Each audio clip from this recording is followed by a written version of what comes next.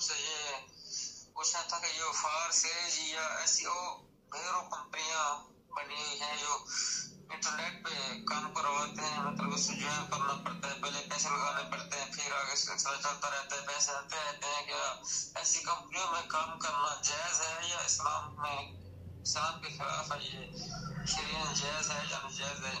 یہ ہمیں بتا دیں. السلام علیکم ورحمۃ اللہ وبرکاتہ. وعلیکم السلام ورحمۃ اللہ وبرکاتہ. طارق بھائی، آپ نے سوال کیا کہ بہت ساری کمپنیاں آن لائن کام کر رہی ہیں تو ان کے ساتھ کام کرنا یہ جائز ہے کہ نہیں. دیکھیں، بہت ساری کمپنیاں پتہ ہی نہیں ہے کہ کیا کاروبار کر رہی ہیں، اور یہ سوال متعدد بار مجھ سے پوچھا گیا ہے اور میرے گروپوں میں متعدد بار بھائیوں نے یہ سوال کیا ہے. کمپنی کا نام لیتے ہیں، جی اس کمپنی میں کام کرنا یہ جائز ہے کہ نہیں. تو جب ڈیٹیل میں جاتے ہیں تو وہ خالص سود جو ہے وہ بنتا ہے، تو سود تو حرام ہے. اس طرح وہ کمپنیاں جو آج کل آن لائن لوگوں کو جھانسا دے کر لوگوں کو کاروبار کے سلسلے میں پھنسا رہے ہیں، دیکھیں یہ اکثریت جو ہے وہ سود پہ مبنی ہے.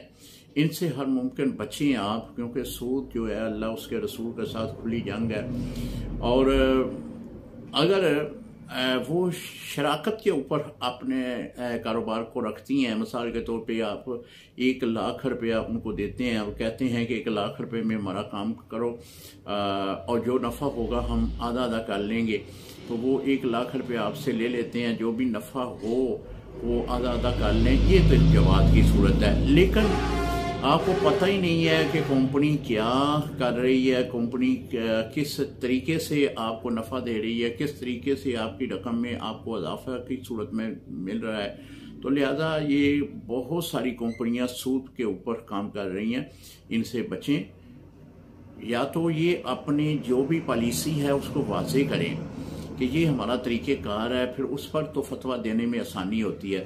لیکن میں نے جتنی بھی کمپنیوں کا مطالعہ کیا ہے، دیکھا ہے آن لائن کے طور پہ، اور علماء سے جو مشاورت ہوئی ہے وہ یہی ہے کہ یہ اکثریت جو ہے لوگوں کو جھانسا دے کر سود دیا جاتا ہے، اور کچھ عرصے کے بعد سود کی رقم دیتے ہیں، بعد میں وہ دی گئی رقم کو بھی جو ہے اس پر قبضہ کر لیتے ہیں. لہذا یہ فراڈ بھی ہے، اس سے بچیں. السلام علیکم ورحمۃ اللہ وبرکاتہ.